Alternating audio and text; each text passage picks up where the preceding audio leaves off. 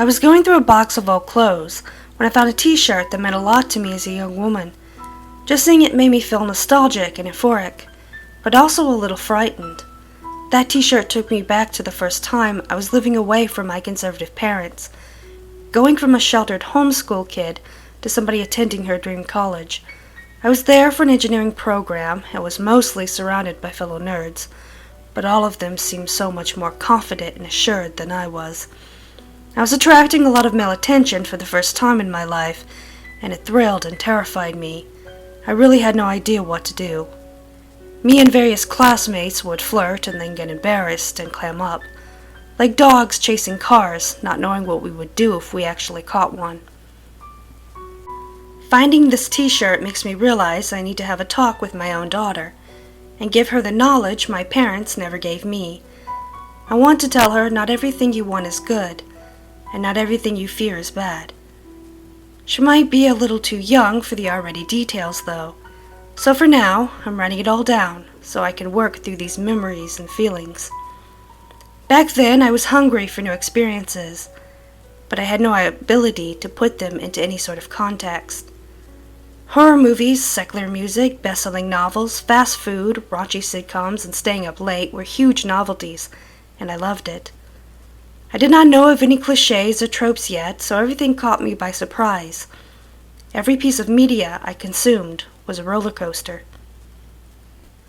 I had a good friend named Kyle at the time, and he seemed to get a huge kick out of feeding me pop culture and just watching my face as I laughed or cried or covered my eyes in fear. He was very sweet, but did not feel threatening like the other guys. He would not awkwardly steal glances at my body or try to work an obvious sexual innuendo, assuming I would not get the joke because I was sheltered. He treated me as a friend, and a bit of a pop culture crash test dummy. We also started to engage in something called urban anthropology.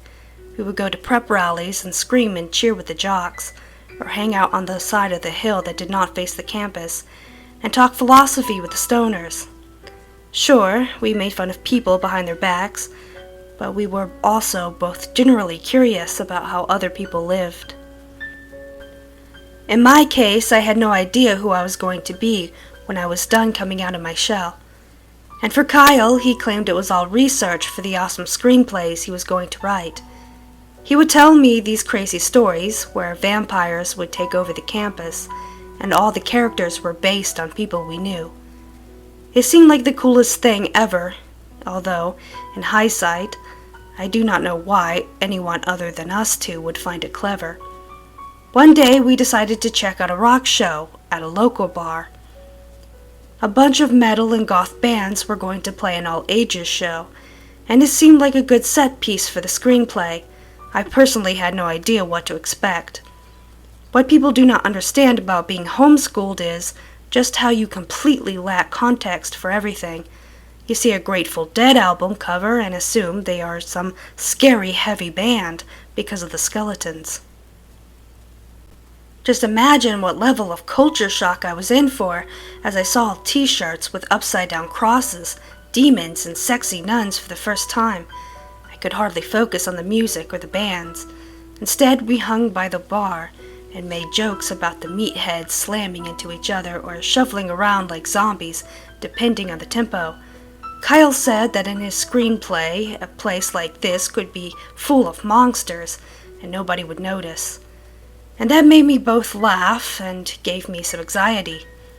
I had been so nervous about going this far out of my comfort zone that I had hardly eaten or slept in the last 24 hours, and it had put me in a heightened state of vulnerability. Then my eyes focused on one t-shirt that just transfixed me.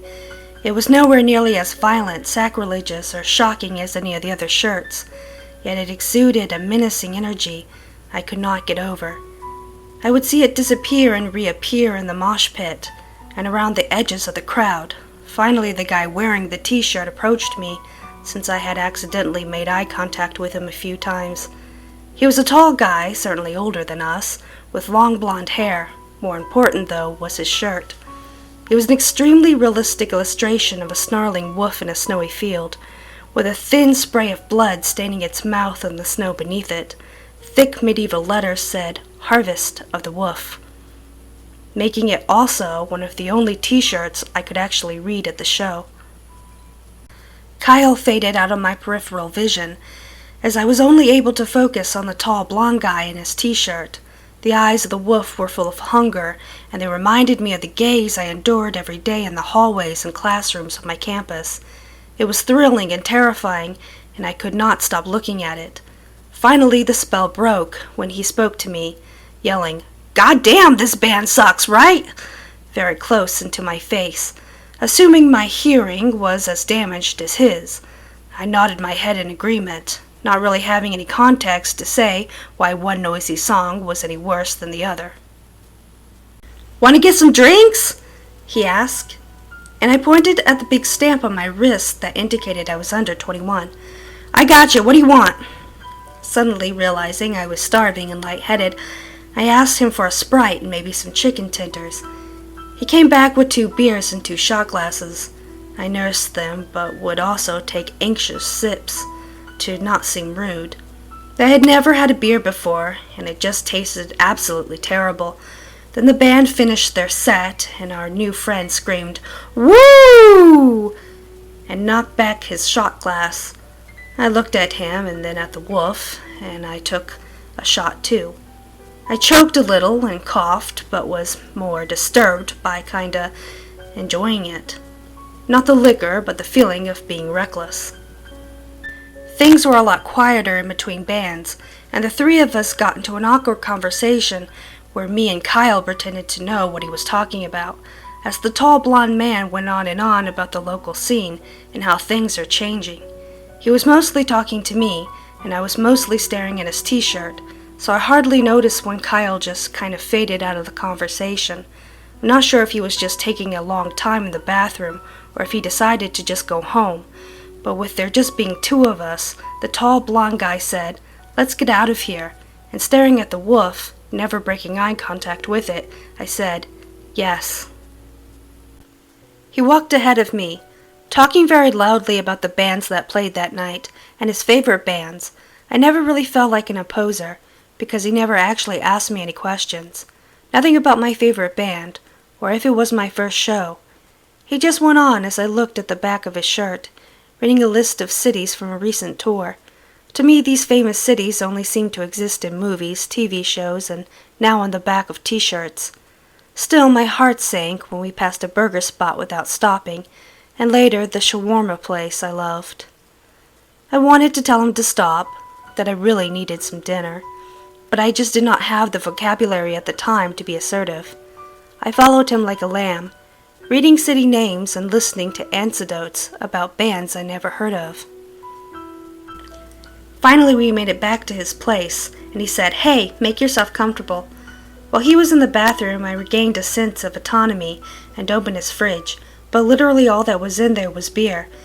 At that point, I started to rehearse what I was going to say to him in my head, thanking him for the drinks, but I really had to go home and study. Also, it was starting to dawn on me that maybe Kyle did not ditch me. Maybe I ditched him, and I was feeling super guilty.